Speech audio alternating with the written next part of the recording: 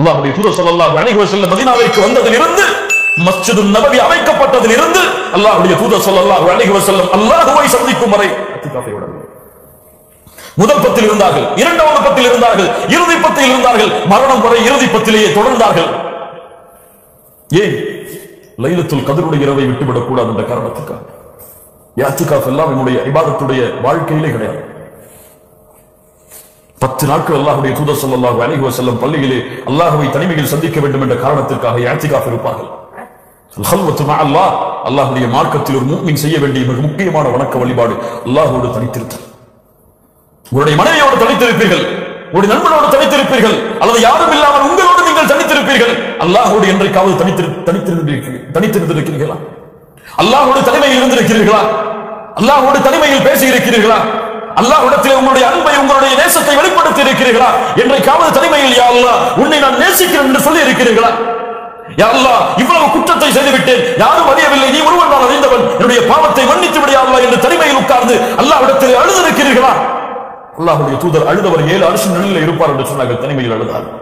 அல்லாஹ்வுடைய தூதர் ஸல்லல்லாஹு அலைஹி வஸல்லம் சொர்க்கத்திற்கு நீங்கள் எளிமையாக நுழைய வேண்டும் என்றால் மக்கள் உறங்கும் பொழுது நின்று தொழுங்கள் என்று சொன்னார்கள். ஏன்? அந்த வணக்க வழிபாடு உங்களுக்கும் அல்லாஹ்விற்கும் மட்டும் தனித்திருக்கிறது. லைலத்துல் கத்ருடைய இரவை அடைய இருக்கின்றன. இந்த ஜமாஅத்துடைய தொழுகைகளை எவ்வளவு தொழ முடியுமோ தொழுதுவிட்டு முழுவதுமான தனிமையுடைய வணக்க வழிபாடுகளில் ஈடுபடுங்கள். ஒரு ஆலிம் துஆ கேட்டு ஆமீன் சொல்லக்கூடிய இந்த செயல்பாட்டை இந்த லைலத்துல் கத்ருடைய இரவுகளில் வைக்காதீர்கள். ஒரு கிராத்தை போட்டு விட்டு அவரை துஆ சொல்லிவிட்டு ஆமீன் ஆமீன் என்று சொல்வதல்ல. துஆ உங்களோடு அல்லாஹ்வோடு பேசுவது.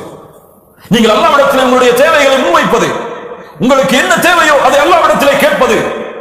அந்த துஆவை தனிமையிலே செய்து பழகுங்கள். பேசுங்கள் அல்லாஹ்விடத்திலே. பேச தெரியாமல் இருந்தால் அல்லாஹ்விடத்திலே அல்லாஹ் உன்னிடத்திலே எப்படி பேசுவது, என் நாவுக்கு வாய்ப்பு கொடு யா அல்லாஹ் என்று கேளுங்கள். அல்லாஹ் கொடுப்பான். அல்லாஹ்வுடைய தூதர் ஸல்லல்லாஹு அலைஹி வஸல்லம் இரவுடைய நேரங்களை கணித்திருப்பார்கள். இத்துணை சஹாபாக்கள் தெரியுமா?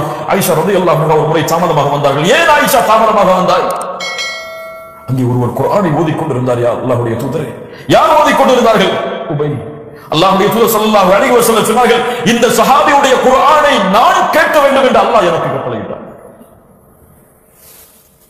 அல்லாஹ்வுடைய தூதர் ஸல்லல்லாஹு அலைஹி வஸல்லம் ஒரு முறை ஒரு சஹாபி அவர்கள் குர்ஆனை பள்ளியில் தனிமையில் உட்கார்ந்து ஓதிக் கொண்டிருந்தார்கள். மறுநாள் காலையில் பார்த்தவுடன் சொன்னார்கள், குர்ஆனை நான் கேட்டுக்கொண்டிருந்தேன் ஓதுவதை, அவ்வளவு அழகாக ஓதினாய். அல்லாஹ்வுடைய தூதரை, நீங்கள் கேட்கிறீர்கள் என்றால் இன்னும் அழகாக ஓதியிருப்பேன். இரவு நேரங்களில் பள்ளிகளில் சஹாபாக்கள், இரவு நேரங்களில் மால்களிலும் அல்லது இந்த பொழுதுபோக்கு தரக்கூடிய இடங்களிலும் இன்று முஃமின்கள் தன்னை முஃமின்களாக எண்ணிக்கொண்டு அல்லாஹ் ரப்பல் ஆலமீன் முஃமின்களை சொல்கிறார், அவர்கள் இரவுடைய நேரத்தில் குறைவாக உறங்குவார்கள். சுப்ஹானல்லாஹ். அவர்கள் படுத்தால் தங்களுடைய முதுகை படுக்கையிலிருந்து சாய்த்திருப்பார்கள், நிமிர்த்தி இருப்பார்கள். இரவுடைய சஹருடைய நேரங்களில் அல்லாஹ்விடத்தில் இஸ்திக்ஃபார் செய்வார்கள். முஃமின்களுடைய தன்மைகள் எல்லாம் ஏதாவது ஒரு தன்மை பொருந்துமான பாருங்க. அல்-ஹல்வத்து மஅ அல்லாஹ். 10 இரவுகளிலும் முழுமையாக அல்லாஹ்வுக்காக நேரத்தை ஒதுக்குங்கள். அல்லாஹ்வுடைய தலைமையில் அல்லாஹ்விடத்தில் தலைமையில் பேசுங்கள். கண்ணியத்துக்குரியவர்களே, இந்த 10 நாட்களையும் முழுமையான வணக்க வழிபாட்டில் இபாதத்தில் கழியுங்கள். அதுவும் அல்லாஹ் ரப்பல் ஆலமீன் அவனுடைய அருளால் தேர்ந்தெடுத்த லைலத்துல் கத்ருடைய இரவு. சுப்ஹானல்லாஹ். இந்த உலகத்திலே இந்த நாளை போன்ற ஒரு நாள் கிடையாது, அந்த இரவை போன்ற ஒரு இரவு கிடையாது. லைலத்துல் கத்ருடைய இரவில் அமல் செய்வது அல்லாஹ் யாருக்கு தௌஃபீக் செய்வானோ அவர்களுக்கு தான். லைலத்துல் கத்ருடைய இரவிலும் உங்கள் உள்ளம் இபாதத்தில் செல்லவில்லை என்றால் அறிந்து கொள்ளுங்கள், உங்களுடைய உள்ளம் சீரடப்பட்டிருக்கிறது. அதை விட்டு வெளியே வர அல்லாஹ்விடத்தில் பிரார்த்தனை செய்யுங்கள். கிராஅத்துல் குர்ஆன், குர்ஆனை ஓதுதல். இந்த லைலத்துல் கத்ருடைய இரவை தேடக்கூடிய இந்த இறுதி 10 நாட்களில் ஒரு முஃமின் செய்ய வேண்டிய மிக முக்கியமான வணக்க வழிபாடு குர்ஆனை ஓதுதல். பாவிகள் யார் தெரியுமா? அல்லாஹ்விடத்தில் நஷ்டவாளிகள் யார் தெரியுமா? ரமதான் குர்ஆன் இறக்கப்பட்ட ரமதான் மாதத்தில் கூட குர்ஆனை விட்டு தூரமானவர்கள் மிகப்பெரிய நஷ்டவாளிகள், மிகப்பெரிய பாவிகள். குர்ஆன் உங்களுடைய வேத புத்தகம், அல்லாஹ் கொடுத்த வேத புத்தகம். நீங்கள் வீடுகளிலே அலமாரிகளை வைத்து உறங்குவதற்கா அல்லது வீடுகளிலே பத்திரமாக பக்குவப்படுத்தி வைப்பதற்கா குர்ஆன்? குர்ஆன் ஓதுவதற்காக, அதை தேடுவதற்காக அல்லாஹ் கொடுத்த மிகப்பெரிய வாய்ப்பு. முஹம்மது ரசூலுடைய சமூகத்தில் அல்லாஹ் பேசிய வார்த்தைகளை ஒரு முஃமின் தன்னுடைய நாவுகளால் உச்சரிப்பது. இந்த வார்த்தையை புரிந்தவர்கள் வெற்றி பெறுவார்கள். அல்லாஹ்வுடைய வார்த்தைகளை அல்லாஹ் நம்முடைய நாவுகளால் உச்சரிப்பதற்கு வாய்ப்பு கொடுத்தது அல்லாஹ் இந்த முஃமின் சமூகத்திற்கு செய்த மிகப்பெரிய அருள். இந்த அருளை விட்டு தூரமானவர்கள், அல்லாஹ்வை விட்டு தூரமானவர்கள். அல்லாஹ்வுடைய கலாம் அது படைப்பல்ல, அல்லாஹ்வோடு இணைந்தது. அல்லாஹ்வுடைய சிஃபத் குர்ஆன். அல்லாஹ்வுடைய தன்மையை விட்டு தூரமாகவன் அல்லாஹ்வை விட்டு தூரமாகிறான். எத்துணை பேருக்கு சூரத்துல் ஃபாத்திஹாவை ஓதத் தெரியாது? எத்துணை பேருக்கு சூரத்துல் இக்லாஸை ஓதத் தெரியாது? சூரத்துல் ஃபாத்திஹாவை ஓதினாலும் சூரத்துல் ஃபாத்திஹா சொல்லக்கூடிய பொருள் எத்துணை பேருக்கு தெரியாது? ஆங்கில புத்தகத்தை கொடுத்தால் தலைவாரியாக அந்த புத்தகத்தை வாசிக்கக்கூடிய திறமை நமக்கு எல்லோருக்கும் இருக்கிறது. அந்த உச்சரிப்புகளை, அதன் முறைகளை, அதனுடைய ஸ்டைல்களோடு இங்கிலீஷை வாசிக்கக்கூடிய, ஆங்கிலத்தை வாசிக்கக்கூடிய திறமை, தமிழை வள்ளினம் மெல்லினம் கூட அதை பார்த்து வாசிக்கக்கூடிய, படிக்கக்கூடிய திறமையும் இடத்திலே பலருக்கு இருக்கிறது. ஆனால் குர்ஆனை அல்லாஹ்வுடைய தூதர் முஹம்மது ரசூலுல்லாஹ் ஸல்லல்லாஹு அலைஹி வஸல்லம் ஓதிய முறையில் நம்முடைய பலருக்கு ஓத தெரியாது. 40 வருடமாகியும் அல்ஹம்துலில்லாஹி ரப்பில் ஆலமீன் என்று எழுத்து கூட்டிக் கொண்டிருப்பார். 40 வருடத்துடைய வாழ்நாளை வீணடித்ததற்கு அல்லாஹ்விடத்தில் என்ன பதிலை சொல்வார்? சுப்ஹானல்லாஹி ரப்பில் ஆலமீன். தன்னுடைய குழந்தை குர்ஆனை ஓதுமாறு கட்டளையிடுவார்கள். குழந்தையை பிறந்த உடனேயே குர்ஆனுடைய சத்தத்தை கேட்டு என்னுடைய பிள்ளை 8 வயதிலே ஹாஃபிதாகி விட வேண்டும், 6 வயதிலே ஹாஃபிதாகி விட வேண்டும். உன்னுடைய குழந்தைக்கு நீ விரும்பக்கூடிய இந்த செயலை ஏன் உனக்கு விரும்பவில்லை? ஏன் உனக்கு விரும்பவில்லை?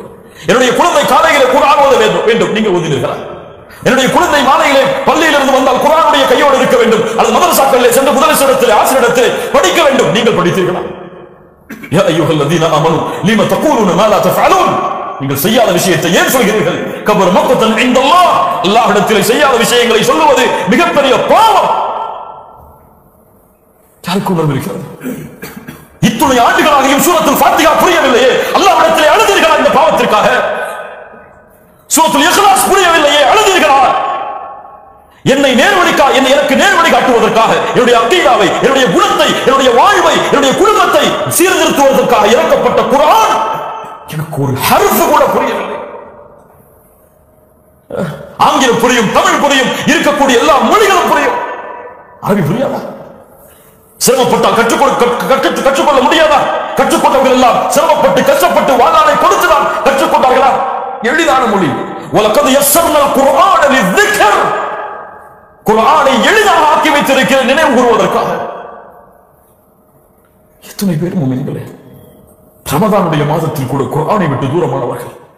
சலஃபுகளினுடைய முன்னோர்கள் 3 நாளைக்கு ஒருமுறை குர்ஆனை முடிப்பார்கள். ஆனால் அவர்களை குறை சொல்லுவோம். லைலத்துல் கத்ருடைய இறுதி 10களுடைய இரவை அடைந்தால் 1 நாளைக்கு ஒருமுறை குர்ஆனை முடிப்பார்கள். முன்னோர்களுடைய வரலாறு அதை சொல்லுகிறது. இத்தனை பேர் குர்ஆன்